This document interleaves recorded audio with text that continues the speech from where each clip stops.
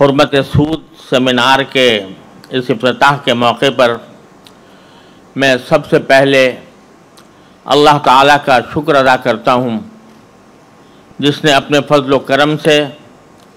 ایک مقدس مقصد کے لیے امت کے مختلف مکاتب فکر کے سربراہ بردہ علماء کرام، اسلامی جماعتوں اور تنظیموں اور ہماری تاجر برادری کو اس تاریخی موقع پر جمع فرمایا۔ یہ مقدس مقصد ملک سے سود کی لعنت کو ختم کرنے کے لیے متفقہ آواز بلند کرنا اور اس کے لیے حکومت سے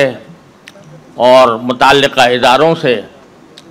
یہ مطالبہ کرنا ہے کہ اس مقدس مقصد کو عملی جامہ پہنانے کے لیے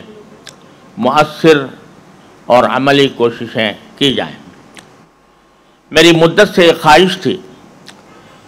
کہ اگرچہ ہم کچھ نظریاتی اختلافات کی وجہ سے سنی، شیعہ، دیوبندی، بریلوی، اہل حدیث کے مکاتب فکر میں تقسیم ہیں، جنہیں بعض اوقات فرقوں سے بھی تعبیر کر دیا جاتا ہے، لیکن حقیقت یہ ہے کہ ان نظریاتی اختلافات کا دائرہ اکثر بہت تنگ ہے، جنہیں صرف علمی حلقوں تک محدود رہنا چاہیے۔ اس کے برعکس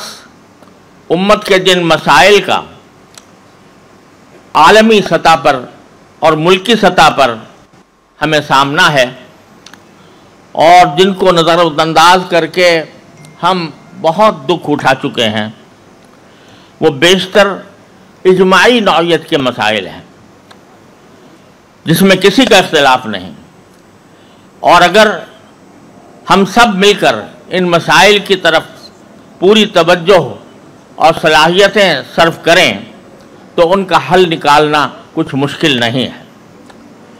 اس لیے مدت سے میرا خیال تھا کہ ایک ایسا فورم وجود میں آئے جو ان سلگتے ہوئے مسائل پر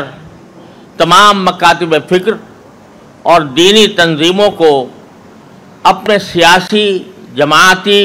یا مسلکی تشخص سے ماورا ہو کر متفقہ موقف پیش کرنے اور اسے ایک تحریک دینے کی شکل دے،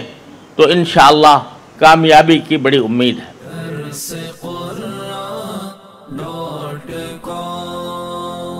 www.darsequran.com